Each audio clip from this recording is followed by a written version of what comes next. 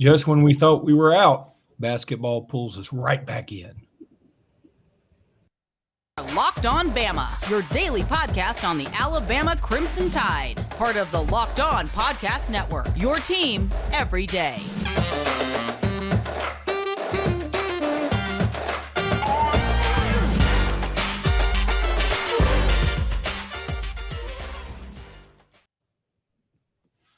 Hey, everybody, and welcome back into Locked On Bama. Luke Robinson, that's me. Jimmy Stein, that's him. Jimmy, just as soon as we say we're going all football from this point forward, which was a few days ago, Namari Burnett this morning enters the transfer portal. Now, I'd like to know your opinion on it. I'm against it. I would love for him to stay. I think he's a good player. Do I think he's a program changer? No. But I would rather he be on our team than not. So I don't know. I mean, maybe there's certainly been a lot of talk lately about some other guys from, say, Florida International that Alabama's looking very hard at in terms of coming in and playing that same kind of position. And Nimari Burnett did inexplicably not get any minutes in a few games coming down the stretch. So maybe that should have been, a read the tea leaves moment. Regardless, I just don't like it. I wish he were on the team next year. Yeah, based on what I know at this, mostly we'll probably learn more from inside the program, perhaps in the next few days. But based on what I know, I consider it bad attrition. I think Nimari is a good player. He's probably one of our best on-ball defenders on the roster. He's also missed time with injury here and there. I'm not sure we've seen Nimari Burnett at 100% over an extended period of time. So I haven't really seen the player I think Nimari can be at this level. I think it's based on what I know, I think it's a loss. I would have projected him to have been a significant player on next year's team. I do think that, Mark Sears plays the two. He's likely to play a lot of minutes there. Rylan Griffin clearly can play a lot of minutes at the two or the three. And Nimari's sort of a two or a three guy. He can defend either spot, play either spot on offense. So I think it's a big blow and a big loss. Now, to remind people again and again, we don't know anything yet. We learned about this 3 or 4 minutes before we went on the air or started recording. Playing time is the reason most kids leave, but is not the only reason kids leave. There could be stuff at play here we're just not aware of. For instance, there could be something going on with his family. There could be something going on with a girl. There could be something going on with NIL, that he's gotten a significant NIL offer from somewhere else. That happens.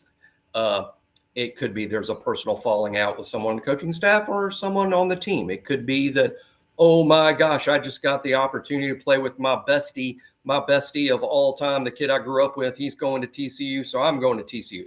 Stuff like that. I mean, I think we have a tendency as fans to assume, I know I do.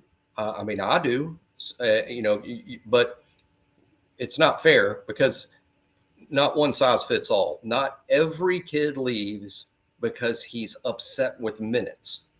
It's the most often used reason for getting in the portal, but it's not the only one. Could be academic. It could be, who knows? Who knows? We don't know. If you want to assume it's about minutes and he didn't get enough minutes and he wants more minutes and he's not confident he would get more minutes next year, although I don't understand that line of thinking. Again, and hey, here's another thing. We as fans assume this all the time. Every time a kid enters the portal, that the kid is upset, and he walked down the quad over to the Rose Administration Building, and he went in and he said, "Where's the portal? Type my name in it. I'm mad." Sometimes there's a two-way street here. Sometimes a kid is pushed into the portal. We don't want you back. And this is why we don't want you back. And you can come back if you choose, but you ain't going to play here because we're mad at you. That happens too. I know that's never the thing that we assume as fans. We want to assume everything is always fantastic with all these kids. They're all great. They're all Eagle Scouts and they all help, orphans out of burning buildings. Sometimes kids are pushing the portal for reasons that we're not going to be told. So I think my long-winded soliloquy here, and I'm told I use that word wrong all the time. I think my mom told me I use that word wrong. But my long-winded speech here is, I know that when a kid enters the portal, we jump to all these conclusions, and I do it myself, but it's never the right thing to do. We simply don't know. We will try to find out if it's something that shouldn't be private. We will try to find out and let you guys know what we know. In some, I think from what little I know, it's bad attrition. I think Namari Burnett's a really good player, and he was going to play a significant role in the team next year, and he's going to be difficult to replace. No, I'm with you. I would much rather have him than not have him. And I think that's what this boils down to. Now, if you want to take the position that, perhaps, hey, it's not that big a deal, he only averaged 5 points a game and 2 rebounds a game. Okay. I mean, that's fair enough. I get it. But see, this is what I was talking about the other day, and some folks got on to us about our hot basketball take that we don't really like this upcoming Final Four. I'd rather see some teams I'm more familiar with in terms of a brand status. I mean, that's me. I mean, I know not everybody's going to feel the same way, but I think that the prices for the tickets have gone down, which indicates a drop in demand, which indicates maybe a drop in interest. So I think there's something to be said for that. But my point is that, see, it's going to be harder and harder for some teams like North Carolina, Duke, Michigan, Alabama, Auburn, whoever, to maintain some kind of solid, if not spectacular, program, because nobody's ever going to have room to grow. I mean, nobody's ever going to have room to get their personality into the program very much, because every single time somebody's leaving. Now, you can say, well, what about the little guy? The little guy loses all their best players. That's kind of true, but they also get back in return probably experienced players from the portal who are better potentially than the guy that left, because the other guys are looking for more playing time or whatever. So, I'm just a guy that likes to see the best name brands, and I'd rather see if you want to go that route, I'd rather see an NBA Finals with the Lakers and the Celtics than I would the Grizzlies and the Kings, or, well, I guess that's possible, the Kings and the Heat or whatever. So, but that's just me. I know I'm going out on, by myself here. Speaking of, Jimmy, I did want to throw this out there. A soliloquy is an act of speaking one's thoughts aloud when by oneself or regardless of any hearers, especially by a character in a play. So I think when you talk, it is a soliloquy because we don't know if anybody's listening. Nobody's listening. And nobody's listening, and nobody should be listening to my soliloquies. This is how new this news is. I just returned from the last stop we made before I walked in the door from the soup store.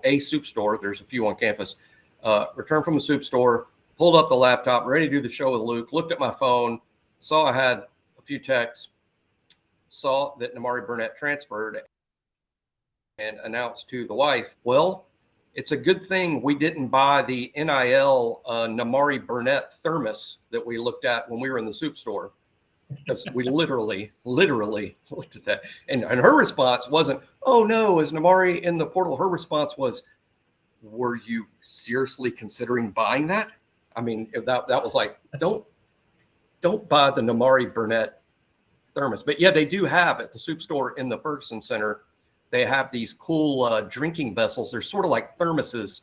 They're just it's kind of a big drink container. I'm sure college students should be putting beer and bourbon in it, or beer or bourbon in it, not both. Please don't do that. But yeah, they have several basketball players. They have their likeness on it, and it's not Brandon Miller and Clowney. The ones that I saw today were Quinterly, Burnett, Noah Gurley. Yeah, just those three up to one with Namari Burnett. And I'm like, it's unbelievable that we have these things. And of course they're like $30 or something, but and I put it right back down. But yeah, so I walked in and I'm like, glad we didn't buy that Namari Burnett thermos. And she was like, were you going to buy the Namari Burnett thermos? No, I didn't know it was an option. Yeah, exactly. All right. let me tell everybody about FanDuel. The tournament is heating up. Well, it's actually almost over at this point, and there's no better place to get in on the action than FanDuel, America's #1 sports book. That's because right now FanDuel is giving you new customers, all you new customers, a no sweat first bet up to $1,000. That's up to $1,000 back in bonus bets if your first bet doesn't win. Just go to FanDuel.com/locked-on and sign up today to claim your no sweat first bet. Then you can wager on everything from the money line to point spreads to which team will be cutting down the nets, all on an app that's safe, secure, and super easy to use, and also pretty fun. So don't miss your shot at a no-sweat first bet up to $1,000 when you join FanDuel today. Just go to FanDuel.com/locked-on to sign up. Make every moment more with FanDuel. Jimmy, going back to football now, you have a good little thing going on with On 3. It's not a soliloquy. It is not a soliloquy. Because it is written, not spoken. I still don't think anybody's listening, but regardless. Probably not. Though we can track how many people read it, which is interesting. I'm always impressed that many people read what I wrote and at the same time disappointed. Like, I can't believe that many people read that. That is really cool. But shouldn't it be more? So that's how I feel. Well, your series is on the I'm looking to see what you call it, 2 early season forecast, the offensive line, and you also have the offensive skill positions. And I think that's what we'll do first because you tackled them Monday. Yeah. And you said, I'm just going to read what you have here. This series this week will serve as a forecast for what I believe will happen at these positions this fall.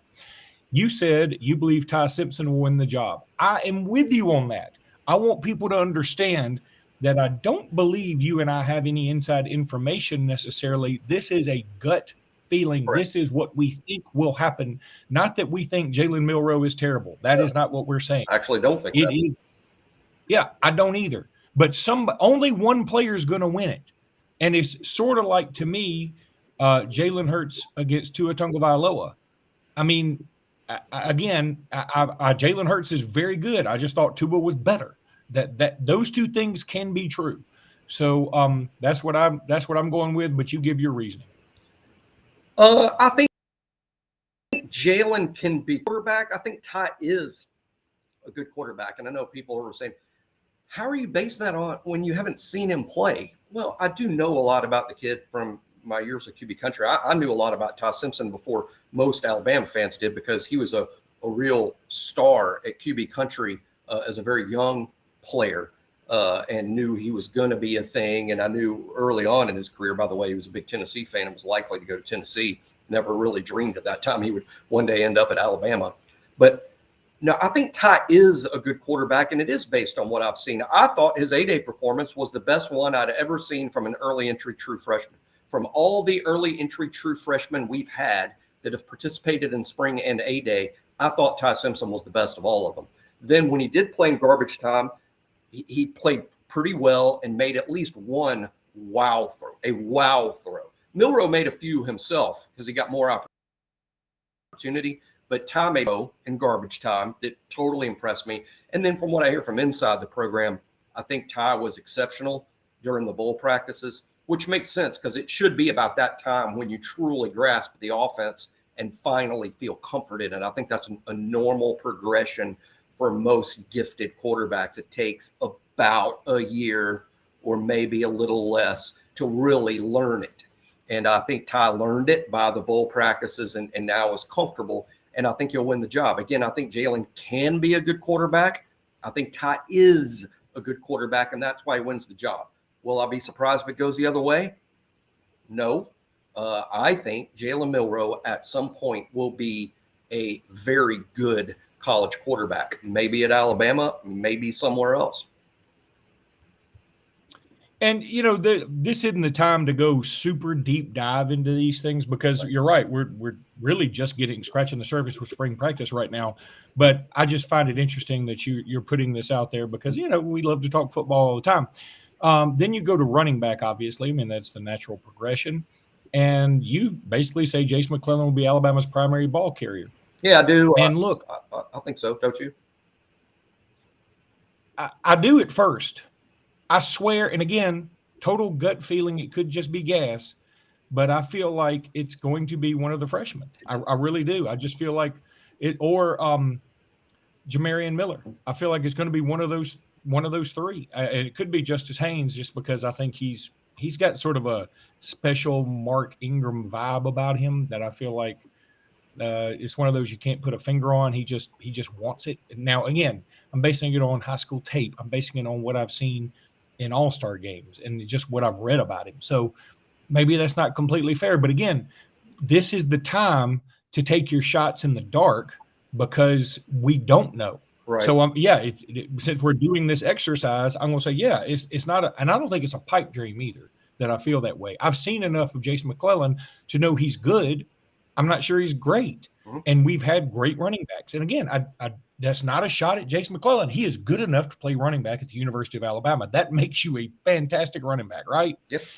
But am I just 100% convinced that one of the freshmen or Jamarian Miller isn't better? I'm not. So I'm sort of going out on a limb. Well, it's going to be by committee, period. Jace isn't going to be a 25 carry. Hey, he's the alpha dog and everybody else has to just sit. It won't be that situation at all. I think several guys are going to play.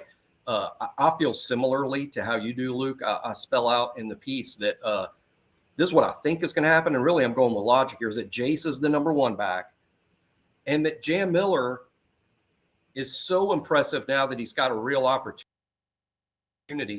that he's sort of not necessarily Jace 1 and Jam 2, but just sort of a Jace and Jam duo. That's kind of how I see logically this progressing. And then Roydell, and I can sort of lay out a longer thing about Roydell. See, I think Roydell can really help. I just see him as a utility back. I think an awesome comp for Roydell is Roy Upchurch. I think he's a real Roy Upchurch type player.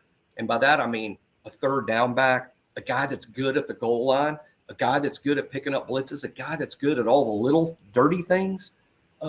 He's just not the pure runner with the ball, playmaker with the ball that Jace and Jam are. So therefore, I sort of see Jace and Jam as 1A and 1B, and Roy as the utility back. You know, hey, we need him at the goal line. Hey, we need him to pick up these blitzes on third down, and we're going to play him on some of the third downs.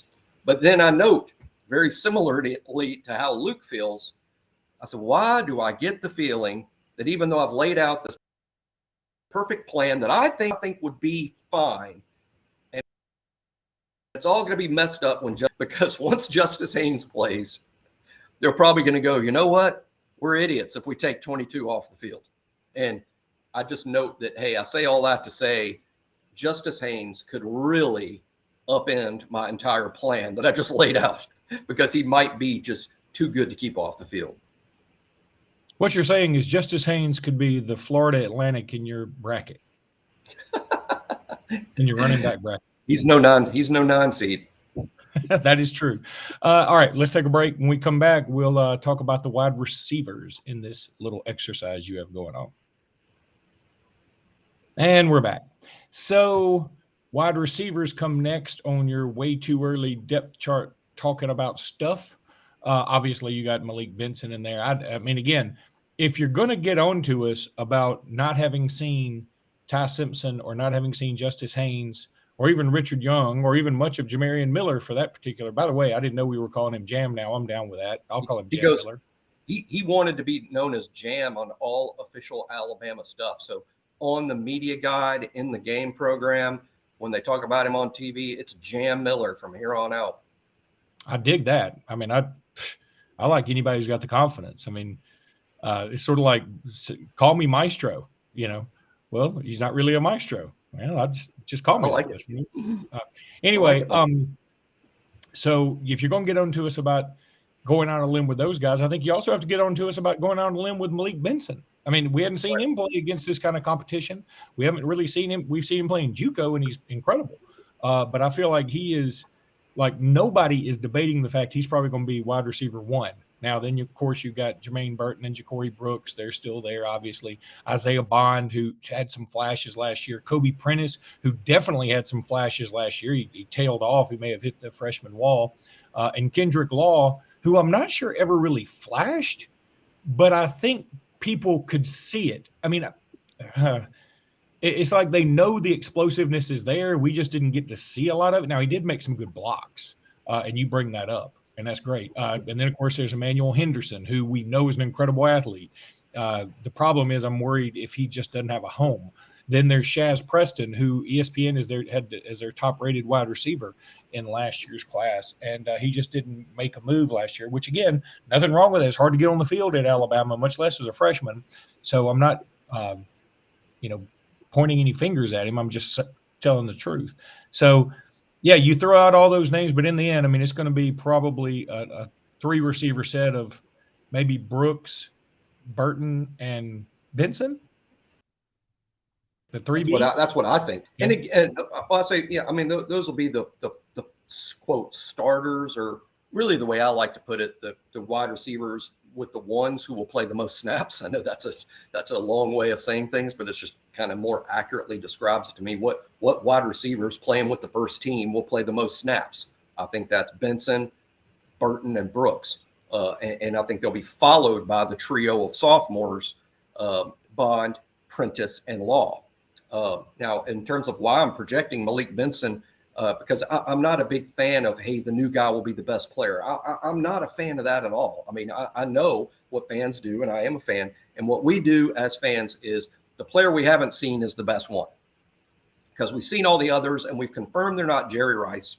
Now we want to look at the next. We assume the next guy, the one we haven't seen, is better. That's what fans do, and it's a real terrible way to build a lineup. Coaches do not do that. They actually make the players practice and prove who the best player is.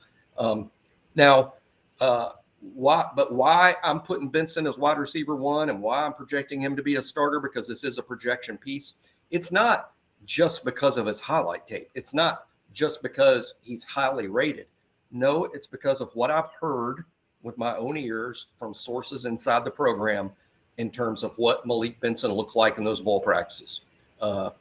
There were raves. They're raving. Okay, so that's number one. Well, we need some additional proof, right? Well, how about this? Bryce Young chooses receivers to work with on pro day. This is not a willy-nilly decision. Bryce Young's draft future depends on these guys.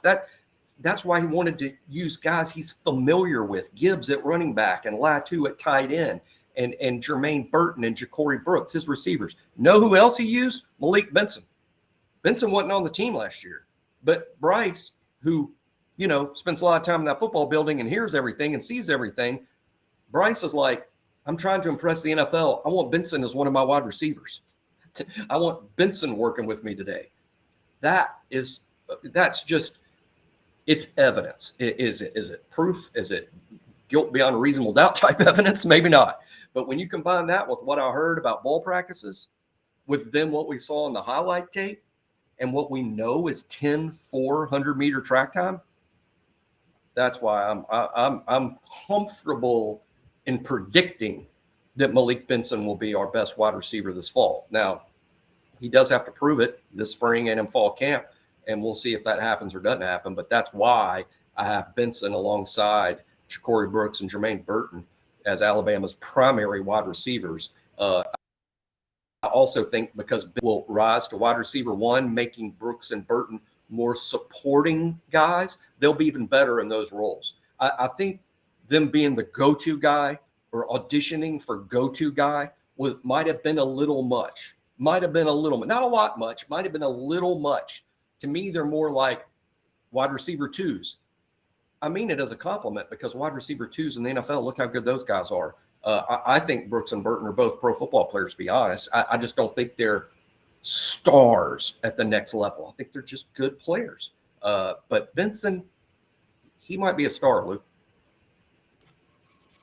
Yeah, I'm right there with you.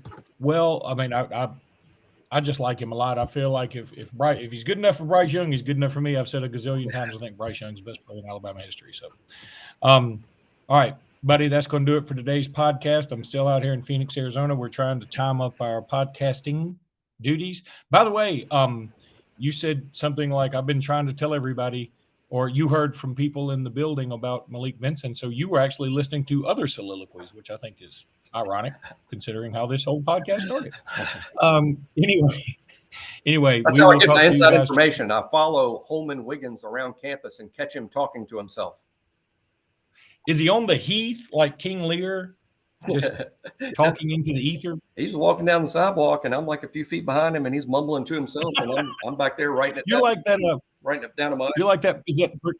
Is that a Progressive commercial where it's like the guy in the trash can is trying to follow the other two guys? He's spying on them. Yeah, I'm too lazy. That's funny. I'm too lazy to do that. Yeah, you would just get in the trash can and be stationary. You're like, I hope they get close to me because otherwise I'm just going to stink. Like, oh, it's anyway, comfortable in here. I'm out of the sun. All right, buddy. We'll talk tomorrow. Until then, roll tide. Roll tide.